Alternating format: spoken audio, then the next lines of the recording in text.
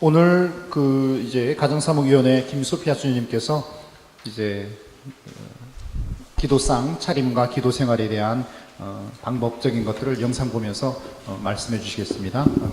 경청해 주시고요. 예. 네, 앞에 보시면 제목이 다 같이 한번 읽어보시겠어요? 네, 아내가 입을 열면 남편이 귀를 연다. 남편이 입을 열면 아내가 귀를 연다. 어떤 게 어려울까요? 어떤 게 어려우세요? 네? 남편이 입을 열고 듣는 게 어려우시죠? 아닌가요? 남편분들이 들으시는 게 힘드신 거죠? 안 들으려고 하세요? 예. 고발을 하시라고 제가 드리는 말씀은 아니고요. 아내가 입을 열면 나는 귀를 연다. 이따 아마 재밌는 예화로 얘기를 해주실 것 같아요. 예. 보시면 신부님께서 말씀해 주신 김상훈 신부님께서 말씀해 주신 내용 중에 제가 와닿는 내용이 부부의 혼인 생활을 풍요롭게 하기 위해서는 하느님이 축복해 주신 그 혼인 생활을 어긋나게 해서는 안 된다. 예, 그 말씀이 제가 이렇게 와닿았어요. 부부의 혼인 생활을 풍요롭게 하기 위해서 하느님이 축복해 주신 혼인 생활을 어긋나게 하지 않기 위해서는 제가 나왔어요. 설명드리려고. 예, 기도가 중심이 돼야 될 것 같아요. 우리 가정 안에 기도가 중심이 되기 위해서는 아내 혼자 화장대 앞에서 기도하는 게 아니고 남편 혼자 거실에 앉아서 묵주 기도를 하시는 게 아니고 기도상 앞에서 같이 가족이 둘러 앉아서 하는 기도가 더 중요하다라고 더 힘을 서로에게 준다라고 생각이 됩니다. 그래서 제가 책을 무슨 책이 있을까 하고 쭉 보다 보니까 여러분 앞에 보시면 가정하고 이 책이에요. 이 책인데 이게 어디서 나온지 아세요? 제주 교구에서 나온 책이에요. 예, 그래서 앞에 보시면 가정 복음화의 해, 그 해에 가정이라고 해서 예수님을 우리 가정에라고 하는 책이 나왔더라고요. 근데 찾다 보니까 나왔는데 정작 교구청에서 잘 모르시더라고요. 제가 알아보니까 책이 있으면 제가 책을 선물해 드리려고 알아보니까 이 책이 없었어요. 그래서 저희 가정사목위원회에 비치되어 있는 책을 제가 보고 쭉 읽어봤는데 저 말씀 그대로 예수님을 우리 가정에 모시기 위해서 좋은 내용들이 아주 소책자지만 좋은 내용들이 많이 담겨 있는데요. 그 중에 제가 조금 여러분들에게 보여드리고 싶은 게 부부 십계명이라는 내용이 있었어요. 그래서 한번 보시면 네, 가족 상 차리기 전에 제가 먼저 이걸 한번 읽어드릴게요. 첫 번째, 부부의 인연을 하느님이 맺어주신 축복으로 받아들여 배우자를 하느님의 선물로 알고 아껴라. 2. 부부는 가정을 사랑의 일터로 삼고 서로 열정적으로 사랑하라. 3. 부부는 서로 주는 것이 참다운 사랑이라는 것을 알고 서로 양보하라. 4. 부부는 서로 가깝고도 멀 수 있는 사이라는 것을 알고 모든 문제를 대화로 풀어라. 5. 부부는 사랑 안에 일치하고 신의를 지키며 인내하라. 6. 부부끼리 하루에 한 가지씩 칭찬하라. 7. 부부는 성생활이 육체적인 일치이기 이전에 사랑의 일치라는 것을 알아라. 8. 부부는 인간의 노력만으로 행복해질 수 없으므로 늘 기도하라. 9. 부부는 자녀 교육에 치중하고 자녀와 함께 기도하라. 10. 부부는 같이 영원한 행복을 얻도록 매월 둘만이 갖는 대화의 시간을 가져라. 자, 10가지 중에 저희는 5가지 이상은 지킵니다 하시는 분들 손 한번 이렇게 살짝 들어봐 주시겠어요? 들으셔야 돼요. 제주교회에서 이 책이 나와서 이미 2000년도에 나왔었기 때문에 들으셔야 돼요. 손을. 그러면 제가 한 가지 더 여쭤볼게요. 저희 가족은 적어도 일주일에 2번, 3번은 가족들이 모여서 기도하는 시간이 있습니다. 예, 드세요. 들어보세요. 이거는 자랑하셔야 돼요. 예, 손 내리세요. 예, 한 분 계셨어요. 예. 제주교구에서 2000년도에 이 책이 나와서 모든 가정에 다 갔을 텐데, 이제 하다가 놓치신 분도 계실 것 같아요. 그래서 이 책 안에 가정 기도상 어떻게 차려져 있는지 보기 전에요. 예, 성당의 재중심은 제대죠. 제대이듯이 가정의 중심은 기도방이나 기도상을 차려놓는 곳이다. 가정은 작은 교회이고 작은 교회는 하느님을 중심으로 자주 모이는 것이 당연한 일입니다. 그래서 그 기도상, 집에 기도상 있으시죠? 예. 아내의 기도상이 화장대가 아니고요. 화장하는 화장대가 아니고 가족이 모여서 기도할 수 있는 기도상은 하나씩 마련하시면 좋겠어요. 그래서 그 기도상에 예수님의 고상도 놓으시고요. 초도 놓으시고 그다음에 성모상도 놓으시고 성경도 놓으세요. 예, 그래서 초를 켜고 자녀가 초를 켜고 부모님들은 그걸 바라보세요. 아, 우리 가족이 기도할 시간이구나 하고 예, 그렇게 준비를 하시면 되고요. 자, 그 다음에 보시면 그냥 또 기도할 수 없잖아요. 그래서 이 책 안에는 기도 순서도 나와 있어요. 안내가 아주 잘 되어 있어요. 그래서 기도 순서를 물론 예시로 나와 있어서 이대로 안 하셔도 되지만 처음에 하기 조금 쑥스럽거나 어떻게 해야 될지 모르시는 그런 분들은 이대로 하셔도 좋을 것 같아요. 시작성가를 자녀가 정해도 되고 아내가 정해도 되고 돌아가면서 정해도 되고요. 청소년들이 있는 그 자녀를 두신 가정은 청소년 성가, 생활 성가 이런 거 해도 좋을 것 같아요. 그다음에 두 번째, 가장이나 가족 모두의 자유기도. 우리 짧게 이렇게 돌아가면서 하는 기도 있잖아요. 그렇게 자유기도 하시면 좋을 것 같고요. 그다음에 성서 낭독인데 매일 미사 복음이나 자유롭게 선정해서 낭독을 하시면 될 것 같습니다. 그다음에 자녀의 기도, 자녀를 위한 기도 부모가 먼저 해주시고요. 그다음에 또 자녀가 부모를 위한 기도하셔도 되고 다 같이 해도 되고요. 여섯 번째로 부모의 축복인데 먼저 가장이 이제 둘러 앉아서 가장이 하시는 거예요. 주님의 이름은 찬미 받으소서 하면 다 같이 이제로부터 영원히 받으소서. 그러면 또 가장께서 전능하시고 자비하신 하느님 성부와 성자와 성령께서는 저희에게 강복하시고 저희 가정을 보호하소서. 아멘 하시고 마침 성가하시면 돼요. 근데 만약에 우리 가족은 일주일에 한 번 정도 기도를 합니다. 이러면 제가 또 아버지 학교를 자랑하고 싶은데 어떤 아버지들은요 자녀들 축복해 주셔요. 아침에 학교 갈 때 축복해 주시고요. 머리에 손 얹고 축복해 주신대요. 그리고 저녁에 자려고 누워 있으면 들어가셔서 그 아이가 자든 잠을 자지 않든 손을 얹고 기도를 해 주신다 그래요.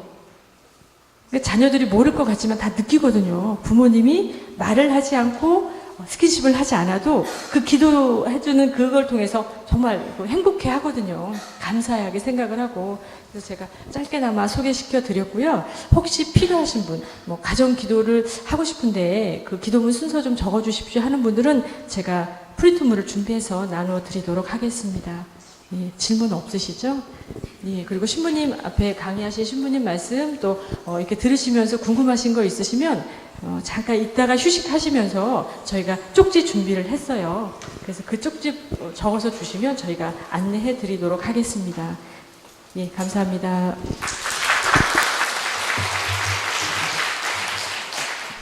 마이크 갖고 나오시면 되고요. 예, 어제 대축일이었죠? 무슨 대축일이었습니까? 예, 제주교회 요셉 신부님이 계신가요? 예, 누구시죠? 예, 우리 어제 대축일을 맞으셨던 우리 황태종 요셉 신부님을 모시겠습니다. 힘찬 축하와 환영의 박수.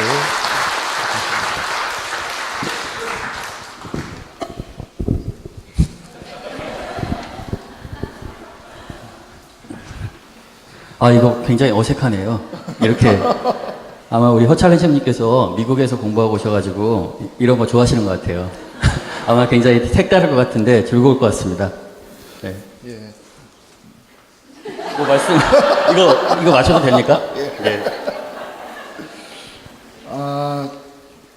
저는 참 감사드리는 게 지난번에 저희들이 이런 회합을 하고 일주일 후에 다시 재모임을 가졌습니다. 첫 번째 시간에 대한 우리가 좀 교육받으시는 분들을 위해서 우리가 좀 더 편안하고 좀 더 효과적인 프로그램이 되기 위해서 우리가 다시 한번 진행했던 것들을 영상도 보고 또 여러 가지 피드백이라고 하죠. 여러 가지 우리가 조금 더 관심을 쏟을까 하는 그런 내용 중에 하나가 이런 변화, 작은 변화이고요. 또 그 시간에 제가 가장 감동받았던 것이 원래는 교회법과 관련된 강의는 영상 15분으로 해결하기로 돼 있었습니다. 근데 황태종 요셉 신부님이 이거는 분위기를 보니까 영상 해야 될 차원이 아니라 눈과 눈을 서로 바라보고 얼굴과 얼굴을 마주보면서 인격적으로 그리고 그때그때마다 뭔가 더 첨언을 해야 되고 또 보강을 해야 될 내용이 네.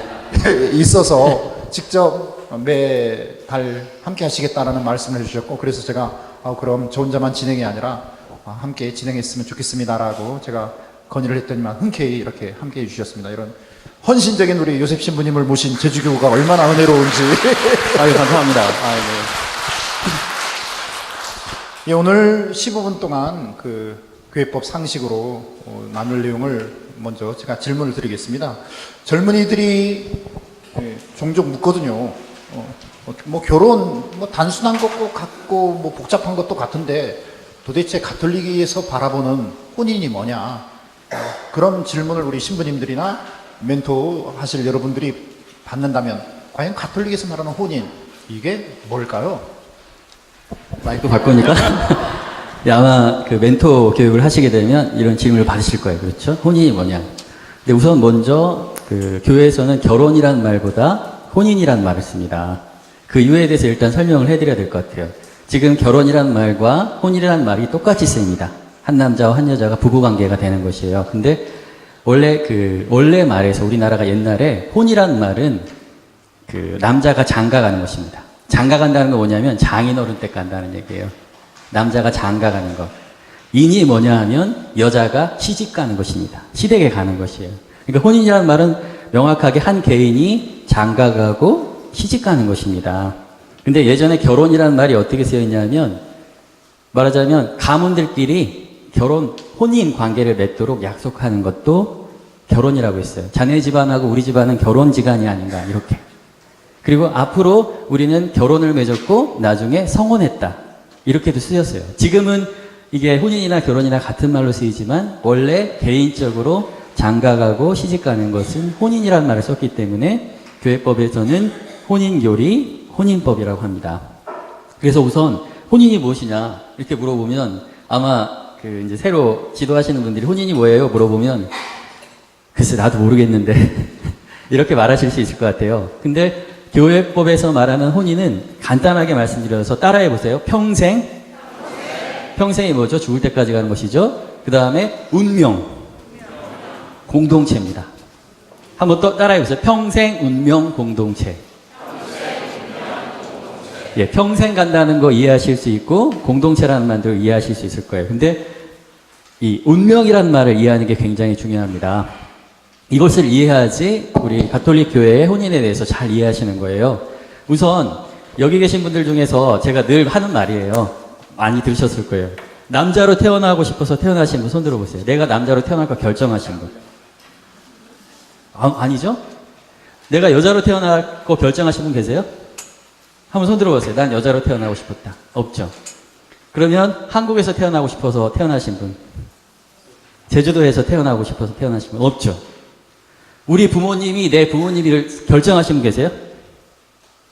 결정하신 분 계십니까? 그냥 내가 나보니까 우리 부모님이 뭐였어요? 우리 부모님이었어요. 그런데 내가 남자로 태어나고 여자로 태어나고 우리 부모님에서 태어난 게 내 삶을 어떻게 했죠? 대부분 결정했어요. 그렇죠. 내가 어떻게 해볼 수가 없었어요. 이미 남자로 태어났고 여자로 태어났고 한국 사람으로 태어났고 아프리카에 태어나서 각 굶어 죽는 친구들 그 사람들 잘못이에요? 그게 아니죠. 그게 뭐예요? 그게 운명이에요. 내가 어떻게 할 수 없었던 거. 우리 부모님이 나에게서 뭐라고요? 나의 운명이었습니다. 그렇다면 지금 여기 계신 분들이 어떻게 부부간의 선택일 수 있겠어요? 그렇죠.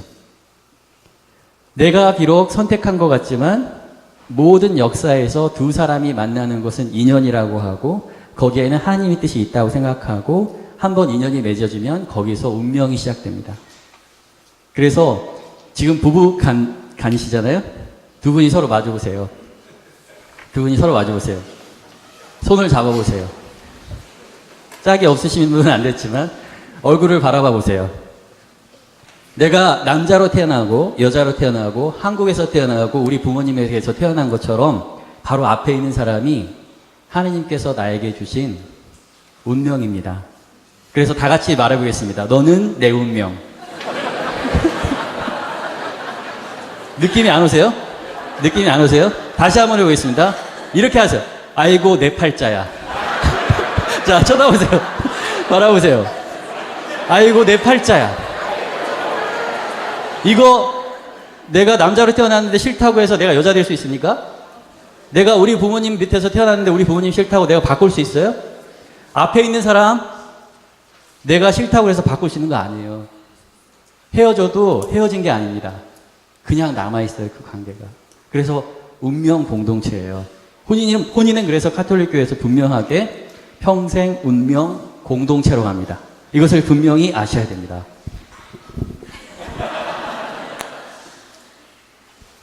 참 팔자가 사납네요.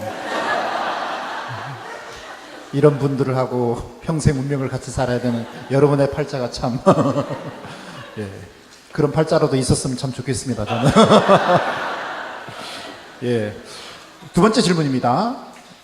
요즘 가톨릭에서는 한 남자 한 여자만 그런 부부로서 살아야 되는데 요즘 뻑 하면 이혼하고 뻑 하면 뭐 이혼뿐만 아니라 뭐 3번도 할 수 있고 4번도 할 수 있는데 왜 가톨릭 교회에서는 한 번만 정말 한 남자와 한 여자가 결혼하게 되면 이혼이 안 되고 한 사람한테만 팔자 사납게 계속 가야 되는지 그 이유가 뭘까요? 라고 질문을 던진다면 어떤 대답을 해주시겠습니까? 네, 아마 그 젊은 분들이 이제 혼인 멘토 교육 이제 멘티들 이렇게 교육하다 보면 그런 얘기 많이 할 거예요. 말하자면 이혼하면 안 됩니까? 왜 한 사람하고만 살아야 합니까? 그렇죠. 그런 얘기를 많이 할 거예요. 그러면서 이렇게 말합니다. 동물들을 보십시오.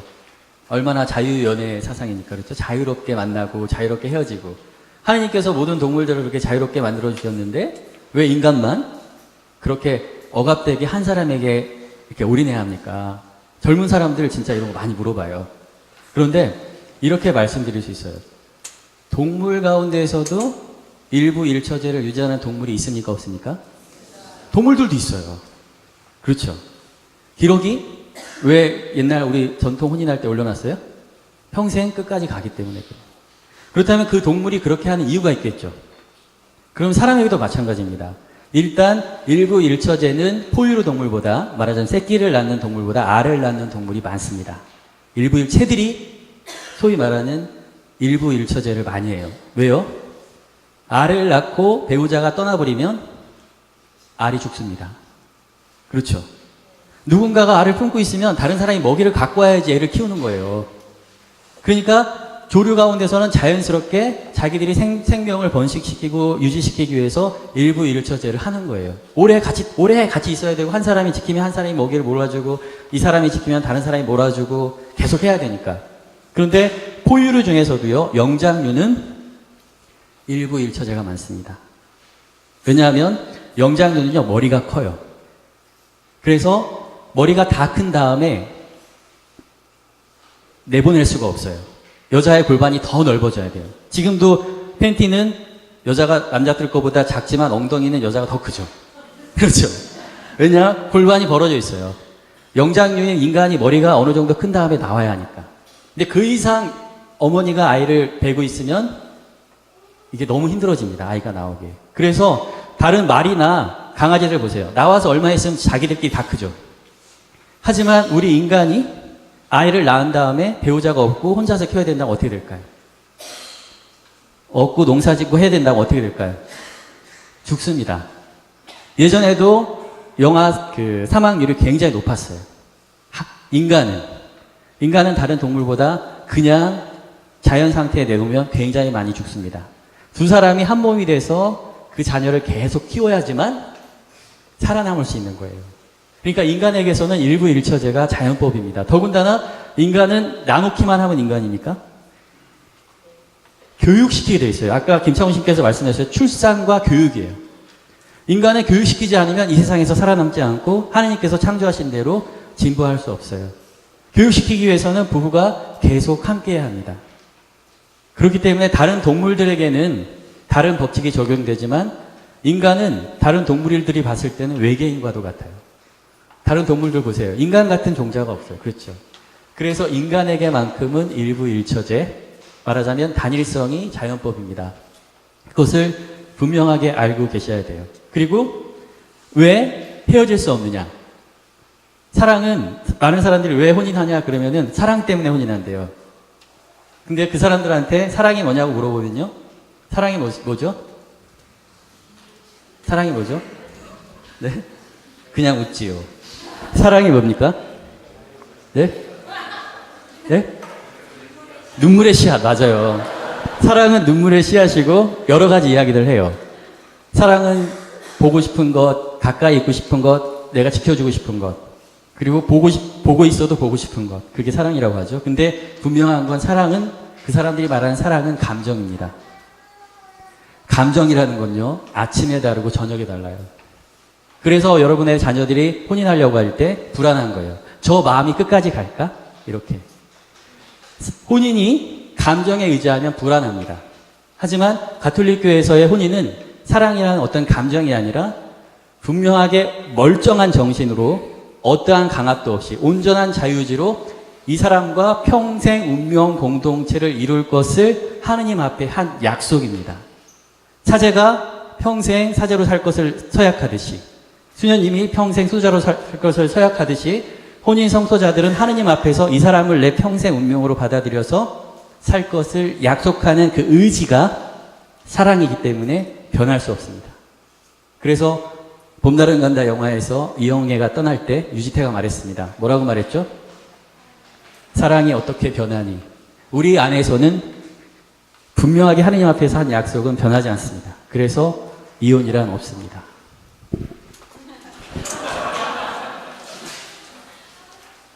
사랑 참 힘든 거네요. 예, 참, 예. 세 번째 질문. 교회는 혼인이 여러 가지 종류가 있다는데 어떤 종류가 있는지 한번 좀 설명을 간단히 해주시면. 배고파서. 빨리 하고 먹도록 하겠습니다. 교회에는 특별히 세 가지 혼인이 있습니다. 하나는 여러분이 잘 아시는 성사혼입니다. 이것은 가톨릭 신자와 가톨릭 신자가 결혼하는 것이죠. 가톨릭 신자는 교회법적으로 신자하고만 결혼할 수 있어요. 근데 가톨릭 신자가 아닌 사람하고 결혼할 때는 신자가 아닌 사람한테 결혼하겠습니다 하고 하나님한테 허락받고 하는 결혼이 관면혼입니다. 그래서 교회에서 하는 혼인은 성사혼이 있고 관면혼이 있습니다.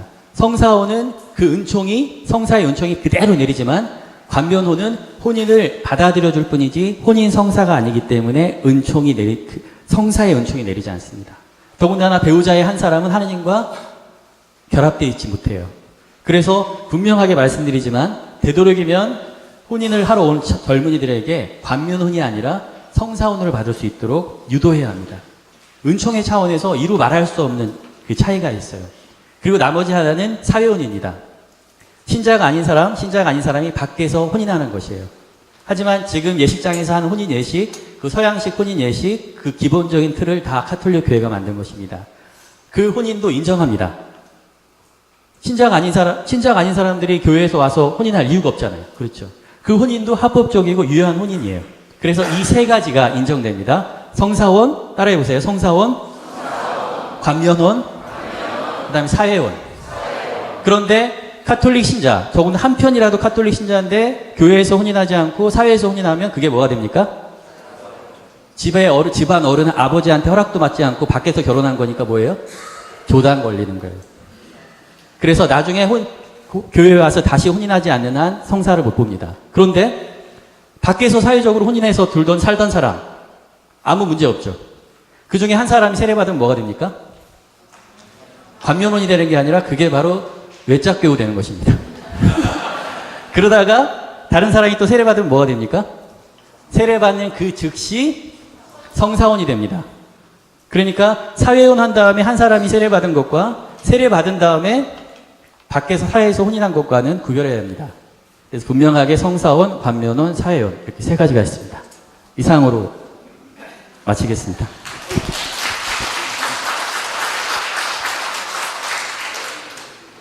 예, 궁금한 거나 뭐 더 섬세한 설명을 요하시는 분들은 쉬는 시간을 이용해서 황토윤 신부님 옆에서 뭐 차 드시면서 물어보시고요.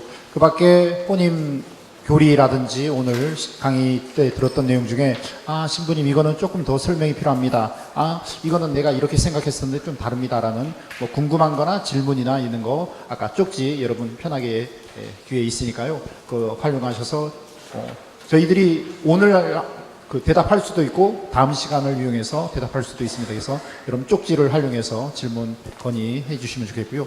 지금부터 약 10분 동안 간식 시간 브레이크 타임을 갖겠습니다. 그래서 옆에 차랑 김밥이랑 과자, 음료가 준비되어 있고요. 화장실 이용하셔서 10분 있다가 이 자리에서 2부 시작하겠습니다. 예, 수고하셨습니다. 감사합니다.